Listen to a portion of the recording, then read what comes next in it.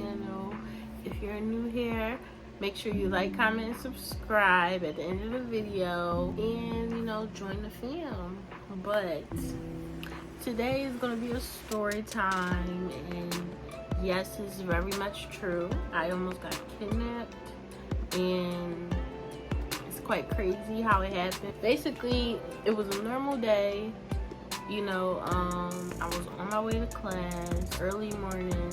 I believe this class was it was my design 3, and I had this one teacher. I was close with her. She was like an open ear for me when I was making the transition from high school to college, and it was pretty cool, first 2 years. But until I became her student, the vibes was not the same anymore. It was kind of crazy. But yeah, back to the kidnapping. So pretty much it was basically a normal day, and this was the beginning of the new year, and we're still getting into things, and I was pretty much struggling. Like, I was really having a hard time with this design class, period, because I'm not too much into commercial.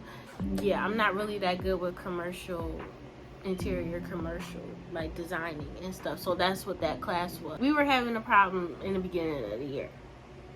Okay, we was having a problem. I was getting there, and I was on time, and I was waiting for my lift. Okay, so the art building is not connected to my building, my dorm, obviously. So it's also not walking distance. I mean, you can walk there, and I usually sometimes do.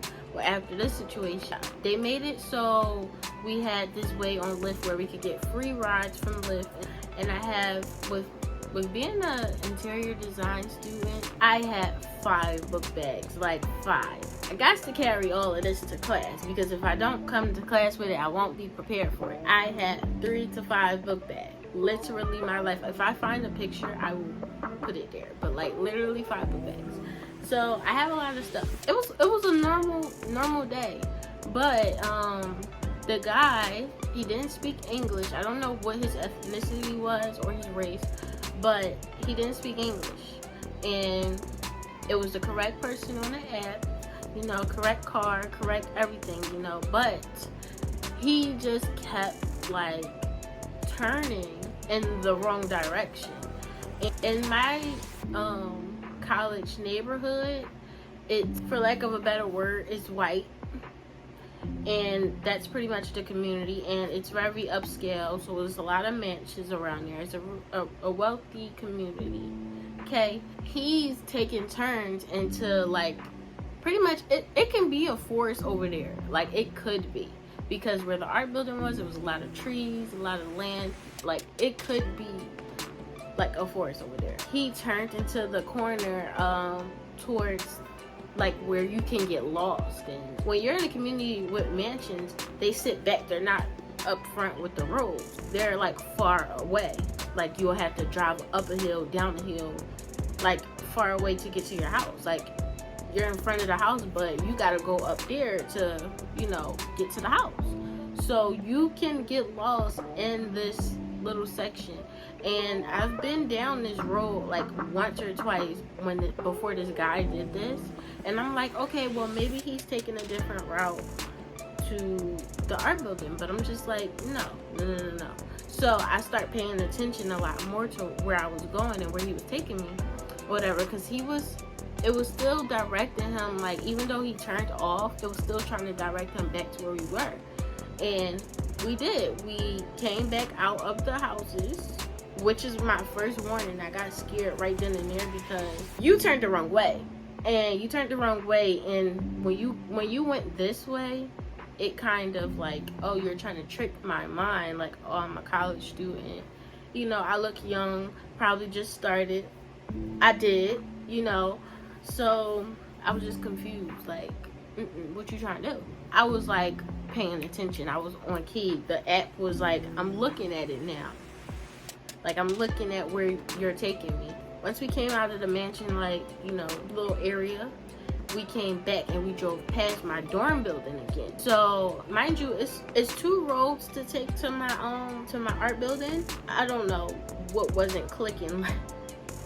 I don't know, but so I'm like, I seen one black lady, she drove me, and she took like she drove past the road that was closed and took another block that went the same way, you know, to the art building. So I'm like, okay, maybe he's gonna do what she did. No, drove past the way he should have went, which is towards the train station. We drove past the dorm. We also drove past the closed road. So the only other option was that road that lady took me down. But I wasn't paying attention. But I did know, like, it's a short period for where it's like a really short block basically. And it had a little bit of trees. Not a lot of trees, not a lot of landscape. It was just the houses. And it was little, you know, so, and it was really quick to go to like the main road. So I figured that's what he was doing. Kept giving him the benefit of the doubt. Like, as soon as we got closer to my younger cousin's school, and his school was a little bit up the road. But once I knew I was at his school, I knew I was getting close to home. Like, just like, sir, you're going the wrong way. I'm like, excuse me, sir, no, you're going the wrong way. And he's like, are you sure? I'm like, yeah, I'm sure. Like, we're going towards Philly. I'm not going that way. The way I'm supposed to go is this way. You're driving the wrong way. So he immediately, like, stops and turns over, like, make a U-turn or whatever. And he's driving back to where he picked me up at. Mind you, this is happening in like 15, 20 minutes. 20 minutes is going by and I'm 20 minutes late to class. He drives back to the dorm. I'm like, okay, so now I'm going to direct you, because now I'm going to tell you where to go, because I gave you the opportunity to figure it out. So once he makes his U-turn, he's driving back up, and I'm like, yeah. And I'm talking to him or whatever. I'm like, yeah, you're going the wrong way, because he's not English. I'm just trying to say, wrong way, that way, pretty much. Basically get the point to him. He's like, okay. So he makes a U-turn. We're driving back up the street. I see him. As he seen me look down, I look down at my phone. I guess he seen me look down. So as soon as he seen me look down, I look back up. But I'm like, you know, with my head down, and I'm still looking. He reaches over to the dashboard on his phone, and he double-clicked and swiped screens. He was on a different app. And now I know Uber drivers, Lyft drivers, you know, sometimes they use a different app for the best route. I understand that. But he had his phone sitting there propped, and his location was not the location that I had. But when I see him hurry up and switch the app, I'm just like, what is that all about? I understand if you're going to use a different app, you're going to put my location in. The location you're supposed to drop me off to, you're supposed to put that in. Now, I don't know if that's the case. That's just hypothetical that he made that mistake. And I still to this day think it was a mistake. But every person I tell this to is like, no, that was kind of weird. That was kind of sneaky. It was sneaky. And what if I didn't pay attention? What if I was being naive? Like, oh, I'm driving this way, even though I know my class is that way. I'ma just wait it out. You know, I could have been naive and not said no. I was getting ready to prepare to jump out. You know, I was starting to look for weapons. Guess what? I'm going to class. I didn't carry any. I only had my mace on my keys. You know, that's all I had. I'm trying to figure out how if I'm gonna just jump out without my book bags, because I told you I got like 5 book bags. So I'm just like, am I going to jump out? What am I going to do? It was a really tough situation that I was in. And then I already knew, like, I still went to class. You know, I could have just got out when he drove back to the dorm. Could have got out right there and just said, I'm not coming to class. I don't feel safe. You know, I could have done something like that, but I went to class because that's where people were expecting me. So I missed the part. When he first turned into the roads where the mansions were, I already knew. I was already on top of my game. I was just like, my friend, she texted me like, hey, where are you? Like, because it was late. late, and she was like, hey, where you at, or whatever. And I'm just like, bro, I don't know what's going on with my Lyft driver, but he's doing too much. And I'm like, I'm gonna send you my location because she's expecting me. So if I'm going somewhere and somebody's expecting me and I'm telling you like I'm coming, I'm on my way, and I don't show up, so I just was like, I'm going to go to class because they're going to see me. Like, they're going to see me. And